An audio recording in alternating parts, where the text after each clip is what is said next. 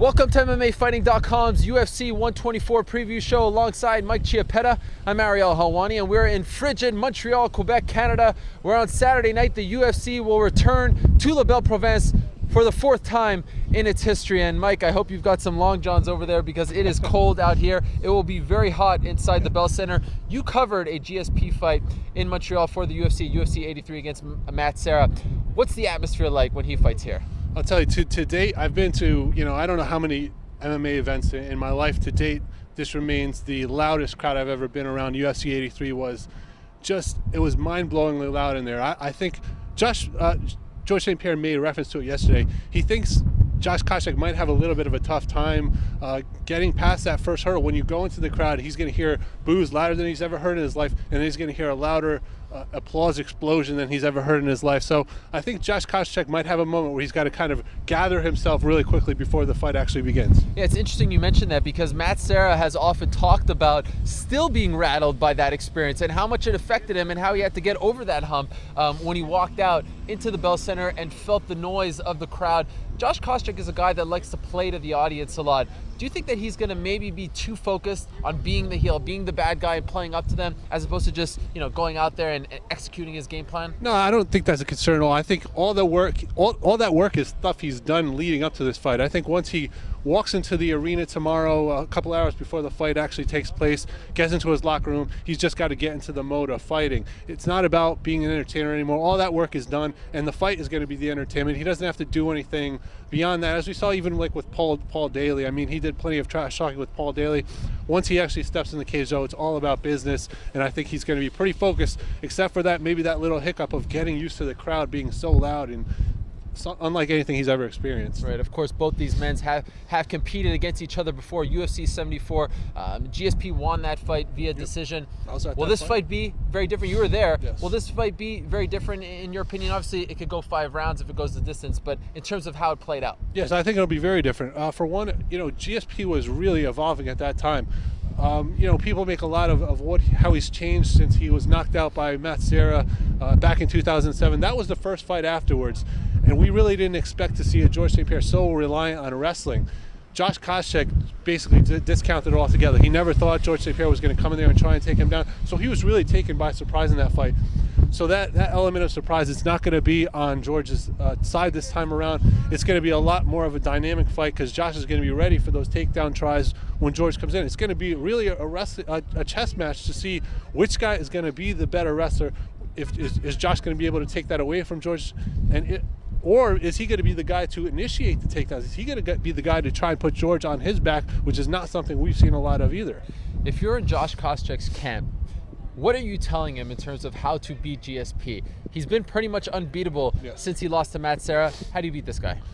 It's really one of the great riddles in our sport right now. And I don't think there's a ready, set game plan in place to beat George. I think the first thing you have to do is take away the takedown. He's got to set the tone early that George St. Pierre cannot take him down. If he stuffs the first 2 takedowns tries, he takes one huge dimension away from George St. Pierre and makes it more of a kickboxing match. And George talked a little bit about yesterday. If you look at in boxing, a boxer who is not confident with his abilities is going to say, I want to brawl, because he's not so confident in his boxing abilities. The guy who's a boxer, he wants to box. He wants to throw his hand. He wants to take that one dimension away from George St. Pierre. If he can, and he makes it more about who's the power puncher, then maybe he's got a better chance. But I think he's got to take away the wrestling first and foremost, and then try and maybe take George down himself and put George on his back. At the end of the press conference on Thursday, GSP had the last word, and he said that after this fight, he never wants to talk about Josh Koscheck again. He doesn't want to think about him. Yeah. The chapter with Josh Koscheck is over, and Koscheck will never get another shot at the title as long as he is the champion. Have you ever seen George St. Pierre that fired up before a fight? Actually, something I asked Dana about right after that too, and he said he hadn't seen anything like that either. I've covered many of George's fights since he's been in the UFC. Never seen anything like it. George is more focused. He's more fired up about this fight than I've seen in a while. He usually holds his cards very close to the vest. He always says, fighting is not personal for me. It's professional. It's a sport. But I have the real feeling that the 6 weeks he spent with Josh is way more into his head than even we realize, and even he's said he is definitely extremely fired up about this fight. And he's ready to put Josh Koscheck behind him, and I think he's ready to make a statement about it too. He doesn't want him to just win; he wants to finish.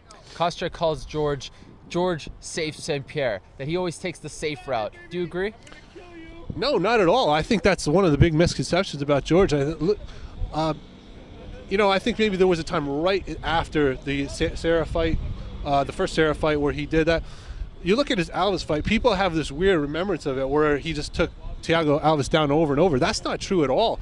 Go back and watch that fight again. Half the fight is stand-up. He really beat Alves at his own game, and he outstruck Alves, who is a great Muay Thai fighter. So even against Hardy, he took Hardy out of his element a little bit more because I think he felt he had such an overwhelming edge on the ground.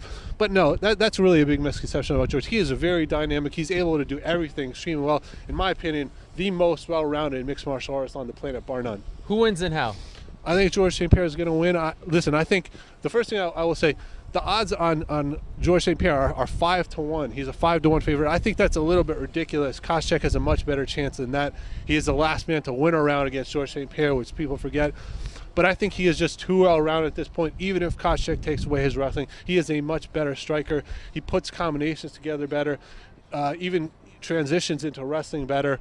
And I think he is just too well-rounded. But Koscheck does have a powerful right hand. If he can keep the fight standing and take St. Pierre down, he will have a chance.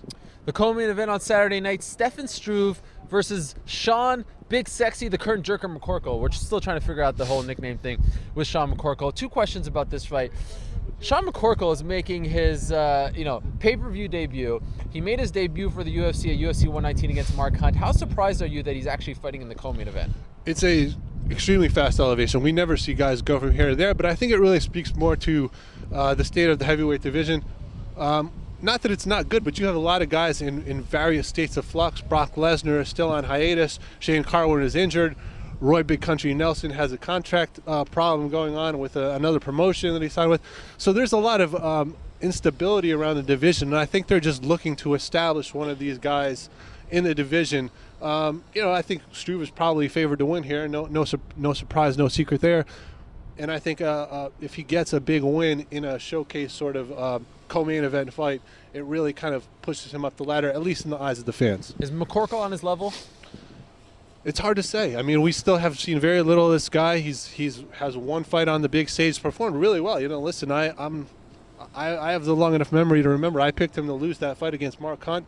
I'm sure many people did as well. And he found the big stage. He was not overwhelmed by it. Was not overwhelmed by a guy in Mark Hunt who's fought the best of the best, even though he doesn't have the great record.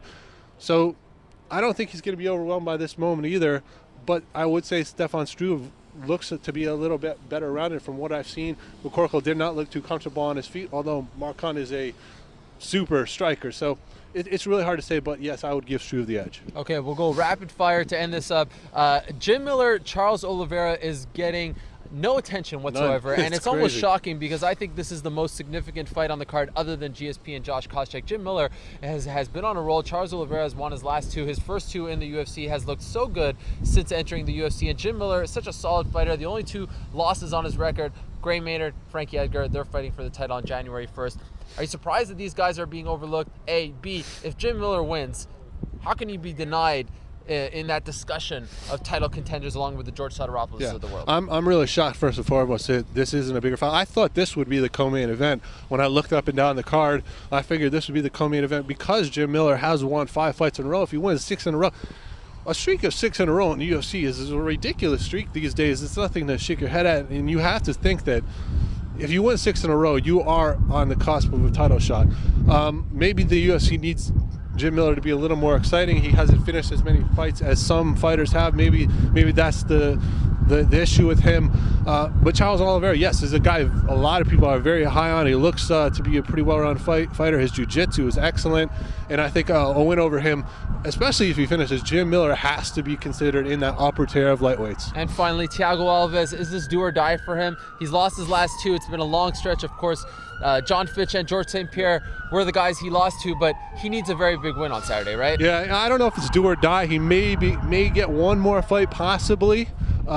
Maybe he'll try and move up to 185, which is something people thought maybe he should do.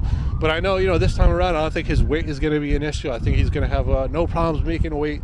So get that out of the way. But yes, he has got to win the fight, winning 3 in a row. Even though this is a guy that's fought, 2 of the best welterweights in the world back to back and lost.